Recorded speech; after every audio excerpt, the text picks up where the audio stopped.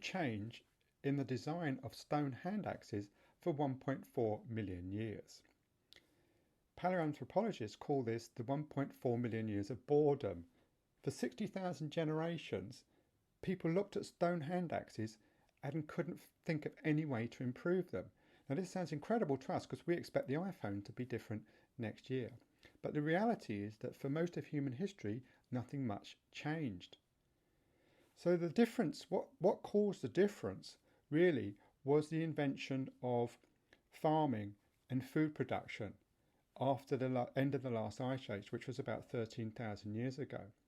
So for a start, people then had to settle because they had to be near their farms. So they had to settle in small villages.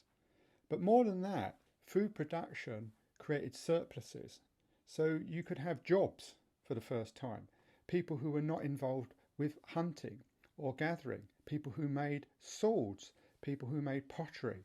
And so settlements were able to get bigger and bigger.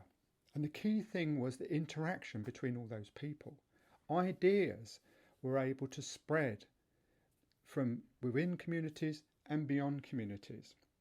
And really, over the last 13,000 years, all we've actually seen is bigger and bigger communities and a greater spread of ideas. So really, the key to human civilization over the past 10,000 years or so has been interaction, interaction, interaction. And that interaction is growing now because of the computer revolution.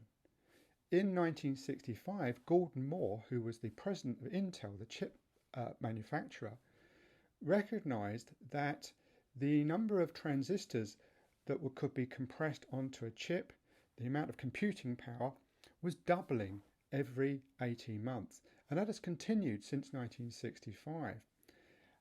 It can't continue forever, of course, because when you have an exponential rise in something, there is always a limit, and that limit will be reached probably within a decade or so. But just think about it. We live at this incredible period in human history that will never be repeated, the period when computing power was rising exponentially.